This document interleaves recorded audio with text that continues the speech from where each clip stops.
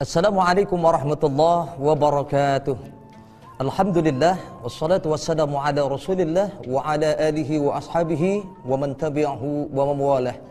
La haula wala quwata illa billah, amma ba'du wa ba'da tahiyyah. Rabbi shrah li sadri wa yassir li amri wa hlul 'uqdatam min lisani yafqahu qawli. Hadirin pemirsa, Assalamualaikum Nusantara TV One, di mana saja Anda semua berada, yang mudah-mudahan semua selalu dirahmati dan diberkahi hidup kita oleh Allah Subhanahu wa taala. Puji syukur kita haturkan kehadirat Allah Azza wa Jalla. Mudah-mudahan kita semua selalu diberikan kesehatan jasmani dan rohani kita, lalu kemudian kita mampu sempurnakan nikmat itu dengan memperbaiki kualitas keimanan kita. Salawat ring salam semoga selalu tercurah kepada junjungan kita Nabi besar Muhammad sallallahu alaihi wasallam. Kita adalah umat yang begitu dicintai oleh Rasulullah. Maka dari itu Al-Fakir mengajak kepada seluruh jamaah untuk mari sama-sama kita bersolawat kepada Rasulullah, mengawali perjumpaan kita di kesempatan kali ini, agar supaya kita nanti ditandai umat Rasulullah yang banyak hidupnya membaca salawat dan dibangkitkan wajah kita dalam keadaan bersinar. Amin ya rabbal alamin. Allahumma shalli wa sallim wa barik alaihi. Salatullah salamullah ala taha rasulillah.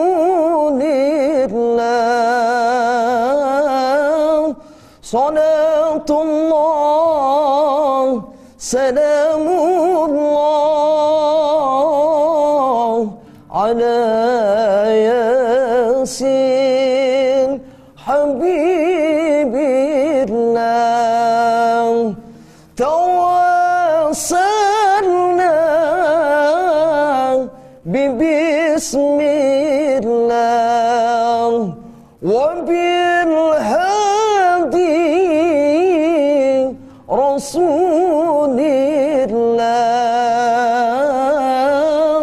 wa kulli mujahidin lillah bi'anil badri ya Allah. Allahumma salli wa sallim wa barik ala Sayyidina Muhammad wa ala ali Sayyidina Muhammad. Hadirin pemirsa, Assalamualaikum Nusantara yang insya Allah semuanya dirahmati oleh Allah Subhanahu wa ta'ala. Kita semua dihadapkan dengan dua pilihan. Hidup kita ini dihadapkan antara dua pilihan setiap ibadah yang kita kerjakan, antara surga ataupun neraka. Yang menjadi pertanyaan adalah, apakah kita pantas menjadi penghuni surga? Dan pertanyaan kedua adalah, apakah manusia yang lemah seperti kita ini siap kalau harus masuk ke dalam neraka yang panasnya luar biasa? Padahal kalau kita lihat, Masya Allah, di dunia ini kita baru kesengat korek api saja sudah merasakan sakitnya dahsyat luar biasa.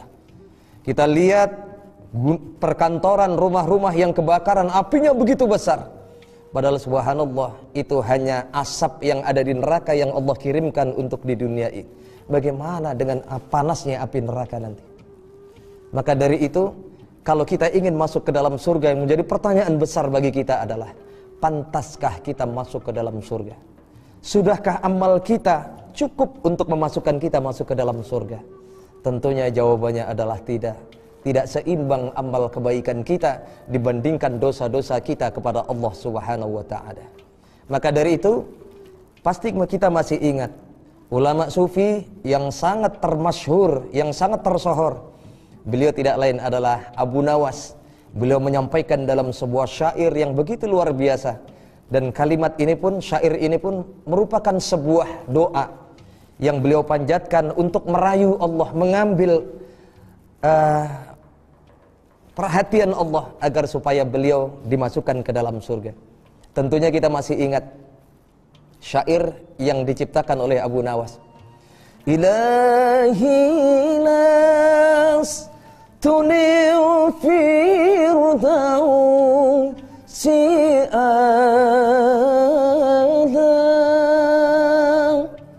wa aqwa 'alan naril jahim. Jika kita perhatikan makna dari syair ini luar biasa. Ilahi lastu lil firdausi ahla. Ya Allah, ya Tuhanku, aku tidak pantas rasanya masuk ke dalam surga firdausmu. Kalimat berikutnya, wala aqwa 'adan naril jahim. Namun ya Allah, aku pun gak kuat kalau harus masuk ke dalam neraka. Ini sebenarnya membingungkan doa ini. Masuk surga gak pantas, masuk neraka ngerasa gak kuat, terus maunya kemana? Nah ini kalimat yang mulia, yang luar biasa di berikutnya adalah wahabli taubatan wa'fir dhunubi. Untuk itu ya Allah, agar supaya hamba ini pantas masuk ke dalam surga, karena banyaknya dosa-dosa hamba ini, ampuni dosa hamba ya Allah. Ini luar biasa, ini etika dalam berdoa kepada Allah Subhanahu wa taala, karena diri kita ini merasa enggak pantas kalau hanya masuk ke dalam surga berbangga dengan amal kebaikan kita. Hadirin pemirsa, Assalamualaikum Nusantara yang dirahmati oleh Allah Subhanahu wa taala. Hal ini pun pernah disampaikan oleh Rasulullah, jika kita pengen berlomba-lomba terhindar diri kita dari siksaan api neraka. Dalam sebuah hadis yang diriwayatkan oleh Imam Ibnu Mas'ud, hadis ini pun juga diriwayatkan oleh Imam At-Tirmizi, Rasulullah SAW menyampaikan satu hal kepada para sahabat. Akhbirukum bimang tahrumu alaihin nar. Aku kabarkan kepada kalian, aku sampaikan kepada kalian tentang golongan-golongan orang yang diharamkan oleh Allah jasadnya tersentuh oleh api neraka. Wah, sahabat saat itu sangat penasaran, apa itu ya Rasulullah? Inilah hebatnya para sahabat dibandingkan manusia pada zaman sekarang.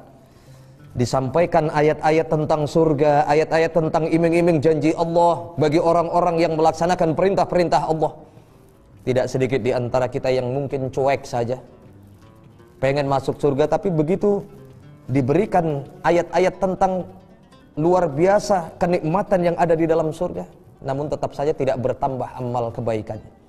Tapi para sahabat di saat Rasulullah menyampaikan tentang akhbirukum bimang tahrumu alaihin nar, aku kabarkan kepada kalian tentang golongan orang-orang yang diharamkan jasadnya tersentuh api neraka.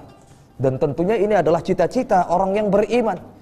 Tidak ada satupun orang yang beriman, yang bertakwa, yang pengen jasadnya tersentuh oleh api neraka. Maka dengan berbagai cara bagaimana supaya kita dihindarkan oleh Allah tersentuh api neraka. Kalau diharamkan dari api neraka, secara tidak langsung pasti tempat yang layak untuk kita nanti insya Allah adalah surga Jannatun Na'im.